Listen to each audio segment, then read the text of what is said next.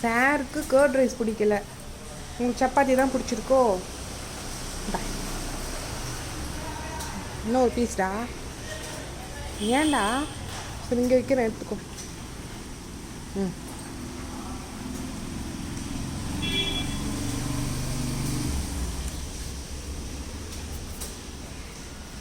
இந்தா சப்பாத்தி, வா.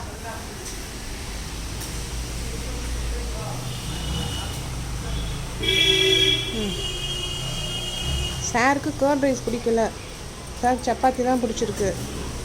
ரொம்ப டயட்டில் இருக்கீங்களோ?